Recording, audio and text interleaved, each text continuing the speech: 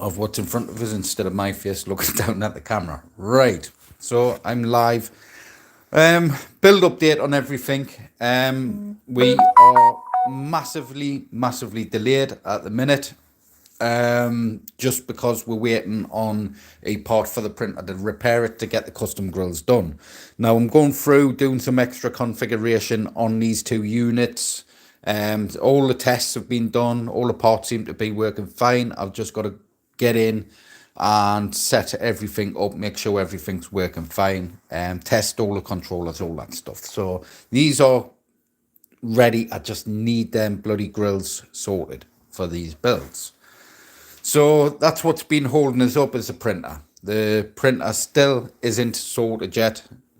Still waiting for that part, but it'll get fixed. Worst case scenario, I've got to order a new one, which might take about 4 or 5 weeks to come. I do wholly apologise to anyone that is waiting on a build, or if you've been trying to get hold of us and I haven't replied. I've been in between doing live streams and trying to get stuff just sorted. It's one thing after the other, I'm telling you. But yeah, so I've had a bit of a headache the past couple of weeks. I should have had these out before Christmas, but unfortunately I hit the deadline when I was closing, and then when I've come back, it's just been one thing after the other with parts and stuff like that, stuff going wrong and so on.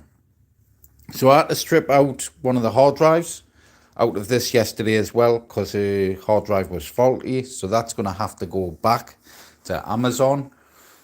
But I've got that ready to go in. It'll be done this afternoon, finished this afternoon in, and I can get the rest of the configuration done. I've got some tests I'm going to do. If you've been watching the past few live videos, I've been streaming some YAR stuff, right? And I had an idea last night to set the alien guns up. So the guns, I'm going to fix the guns to the YAR, and I'm going to configure them. I've worked out a configuration so when I move the gun, the unit will tilt. So I'm going to do a 2-player shooter on the YAR. And there's a game I seen a while back, which I haven't put on the Sharpshooter drive yet, is Draken. So I was going to test that out. Is it Dracoon or Draken or something like that? Where it's sort of like you're on a roller coaster. So the idea of using the guns on there, it's going to simulate the motion that's in the game as well. So as you're shooting, it's actually tilting you and turning you and stuff like that. So that's the idea.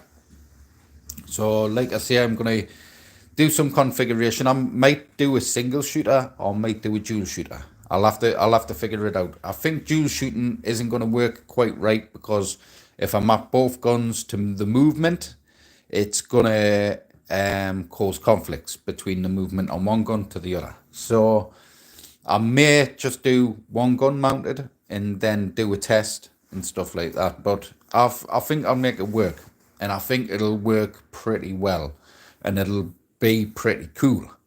So a motion sit down flying shooter. Don't know what to call it. It'll be ridiculous. And like I say, it'll work really well. Everything I've tested so far with the YAR has been working extremely well. Like I say, I can do one configuration. As long as that controller is supported for that YAR, it'll work on every system. And as long as that controller is supported in the emulator. So if it's a driving wheel, if it's a gun, anything like that, as long as it's supported. Light guns, I don't think it'll work. I'd have to connect the alien guns to the YAR software and see if it recognizes the guns. If it recognizes the guns, it means I can do configuration for that gun. I think it'll work. I'm pretty positive it should work, because it recognizes as a controller. So analog movement, stuff like that. You wouldn't be able to use it with the gun for IR. As far as I'm aware, you wouldn't be able to use the movement for the cursor for gun for IR. But with the alien gun, because it's an analog control, the analog movements of the gun should move the system itself. So it's not going to be perfect simulation movement. Now, you wouldn't get that unless you get the data from the game, and any movement or stuff like that on the game itself would then correlate to the movement in the seat. But if you're just sat in the seat shooting and shooting up, shooting down, shooting left, shooting right, it tilts in a ways when you're in that game, I think. I think sort of when you're aiming around the screen, it's sort of moving and tilting anyway. So it is going to simulate motion, but it's not going to be true motion. But it'll be pretty badass, I think. So it's a test. Like I say, I'm going to try testing it out, and then I'll do a video of that. I don't know if it'll be up till the weekend or do one for the weekend, because I've got a shit ton I've got to get on with. I'm working late as well, so I'll be until late, just cracking on. I've got the big stand-up I was meant to do before the Christmas. I've got to start that, but I've got to get the alien cabinet out, the aliens one. I'm still waiting on the wood for that. That's holding this up as well. It's just one thing after the other, delay at the minute. But I am cracking on. I'm still working and still trying to get things prepared, ready for the next build. So the next build should take us, it should be a lot quicker. So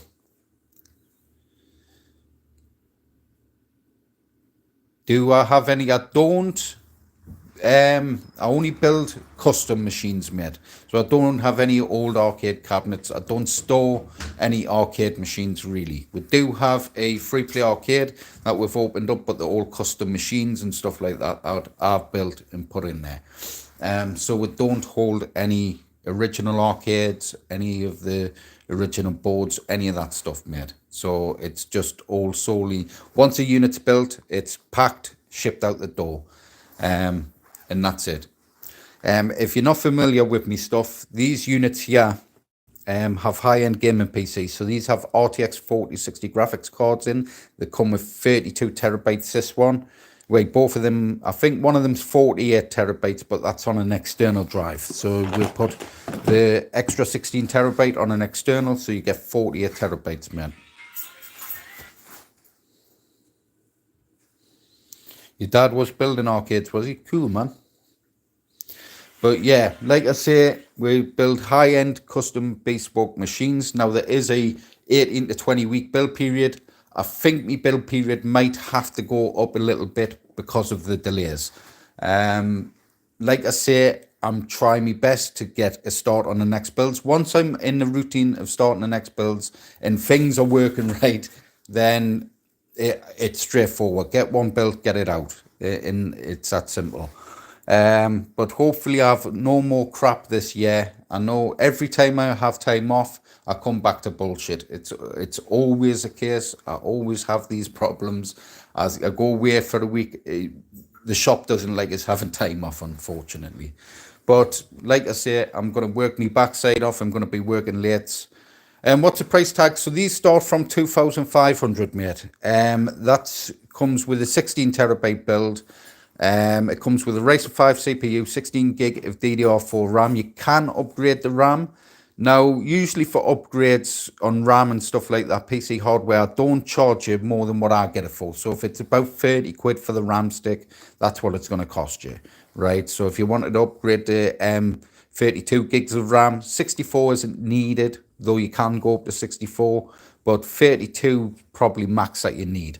It has, like I say, the RTX 4060 graphics card in these. I can't put any higher end graphics card in that because of the small form factor build.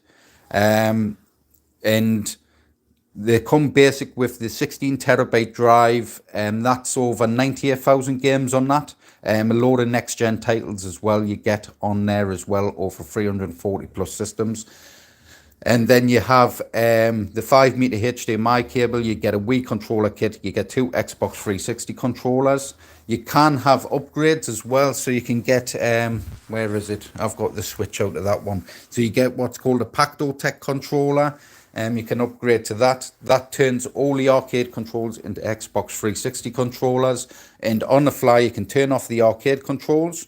And then you can switch on the Xbox wireless controllers if you wish and stuff like that. So it allows wireless controllers.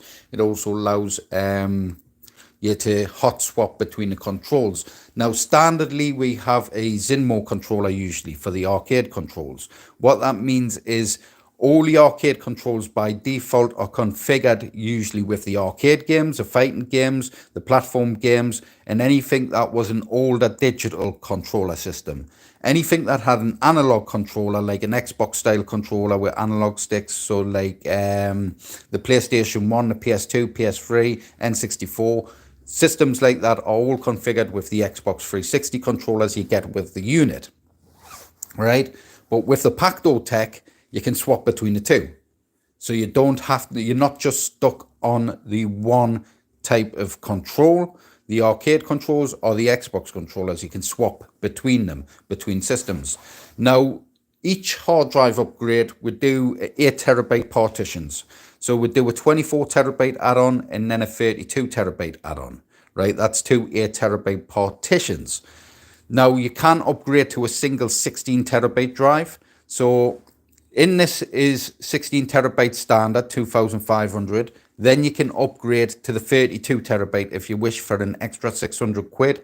That gives you a ton more titles, ton more next gen stuff. That upgrades you to the 32 terabytes. So we can fit 32 terabytes inside the machine and the rest of the drives are external. Now we do a 40 and 48 terabyte add-on. That gives you a ton more stuff. And then once you've upgraded to a 48 terabyte add-on, that's our Retro Beast starter pack. And it gets crazier and crazier, mate. And basically, you can get a hard drive caddy and purchase any one of Krisscoolmods, a guy in Canada's hard drives. Is OPQ, R and S, and you can upgrade your system completely all the way up to 128 terabytes. So you can, and you don't have to buy all his drives. You can buy them individually each time you want to upgrade your system. You can choose which drive you want to pick as well of his drives as well. And just plug in the system via these ones anyways will plug in through USB external caddy. And then you just select that drive and play the games off that drive. So there's tons of stuff, like I say, you can do with these systems, upgrading them, and the extra add-ons and stuff like that. Now our stand-ups and our arcade shooters and stuff, so our stand-up cabinets and arcade shooters, them also have different drive options and stuff like that as well. But check out the website, it's Shar-Kade.co.uk, man. That's in the price on them. Cheers, mate. Yeah, like I said, we try and keep the price reasonable. To most people, it does sound expensive. $2.5 grand for an arcade control panel, but it's all high-end parts. You know what I mean? We only buy brand new high-end parts, and it's all got to be small form factor. So the power supplies that we do use in them as well are small form factor power supplies as well, which we have made custom to fit everything inside the machine. So you have all the hardware in there inside, and to keep it all relatively safe and stop it overheating and all that stuff. So everything's got its place inside. And like we say, we can put 32 terabytes internal. So any games, any systems on those drives will run faster from the internal connection. We can connect drives through USB. It is a little slower through USB 3.0, but the 3.0 does handle next-gen titles pretty well. I do recommend, if you want an arcade cabinet and you want to have all the games running at the best performance, is to have a stand-up arcade. It means you can plug all the drives internally to the system. But obviously the point of these units is a plug and play and easily transportable. So you can just throw it in the back of your car, take it around your mate's house, plug it into the telly and off you go. That's it. With our shark shooters as well, you can do the same. Just throw it in the car, plug it into the TV and off you go. And those also support up to 4K on those units as well. So we do build pedestals as well for them. So the units can come off the pedestal and you can just put it on your desk, plug it into your TV. Or if you want, just pull the pedestal around, stand it in front of the telly, and you've got all the arcade shooters right in front of you. But like I say, I'm going to do some tests on the YAR to give a true give it simulated motion on some of the arcade shooters. Now, you're not going to play House of the Dead in a yaw in half motion. It's going to be ridiculous. But there is, like I say, a couple of roller coaster style shooters, I like to call them, which is games like Dracoon, where it's you're on the back of a dragon and you're shooting. So there's a lot of movement. And Sega Dream Raiders, is it, or Raiders? I always get that name mixed up. That's another game that I reckon this method would work really well with. But that means a yaw can be a shooting sim, it can be a flying sim, it can be a driving sim, it can be a roller coaster sim. Now, for the cost of what the yaws are, I couldn't build an arcade cabinet shell and a high-end arcade system that's going to beat it. There's just no chance. You're paying, I think, $3,990 for the yaw 3 now. I don't think they do the yaw 2s. They do the yaw 3s, which are a bit slimmer as well.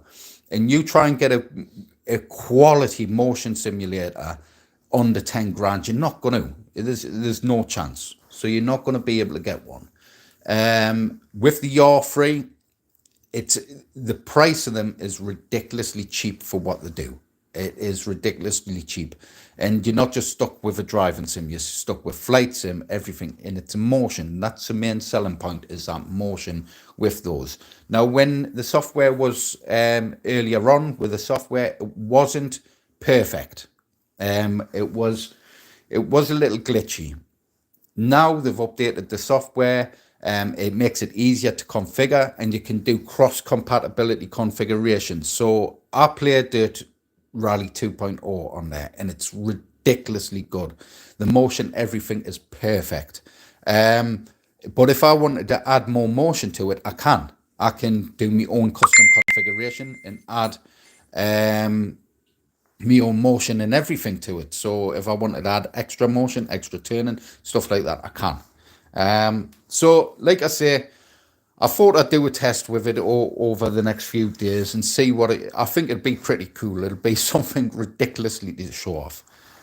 So I'll give that a test and show it off. But make sure you just keep an eye on my videos. Like, share, subscribe to the videos, hit that notification bell, and I'll keep you all updated, man. If you are waiting on a build, please be patient. If you have messaged us, just message us again. I'll send me number as well. You can call us. It's easier just to get us on the phone and call us on the phone, see where your build is.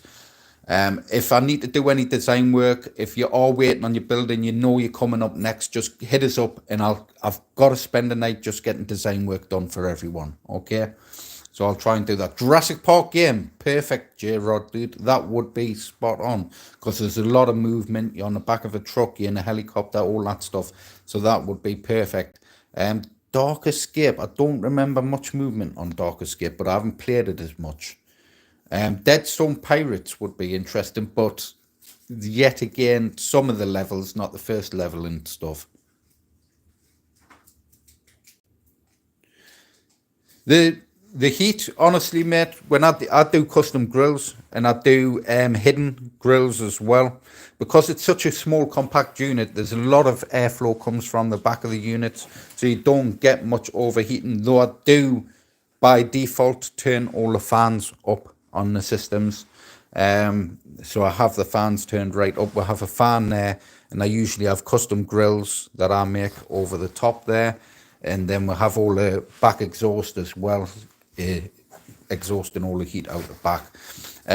Temperatures are standard for air cooling. That's the basic temperatures of it. I think they may hit about 50 on the CPU, so it's actually a bit cooler than what you'd usually get on a PC. And looking at a wooden cabinet, you would usually think a wooden cabinet would overheat in general. But I've built hundreds, honestly, hundreds and hundreds of these systems made. Now, some grill designs can inflict airflow, but I've built and designed so many now, I've not really had any problems with overheating, mate. But right, I'm going to leave it there. I'll keep you all updated. Like I say, it's going to be ridiculous. A motion shooter. It's not heard of. It's not been done yet, so I'm going to do it. The flight sim stuff is pretty cool. I haven't tried the VR stuff. I know someone in the video mentioned yesterday that they've done. They've set up Star Wars Battle Pod with VR headsets. That would be interesting to have that, but I don't have the rotation base on mine. I don't have the full rotation base, or that would have been perfect, having a full rotation base on it. And then with the yours as well, you can plug in USB controllers into it. But I don't like the USBs on there. I've got to upgrade them. They're a bit slow and shit and laggy on some things, on some controllers and stuff. So I have them hardwired in front of the unit. Because I'm not rotating, I'm not pulling any wires. But keep an eye out on the channel. I'll keep you all updated. Like, share, subscribe, and I'll catch us all in the next one. Bye.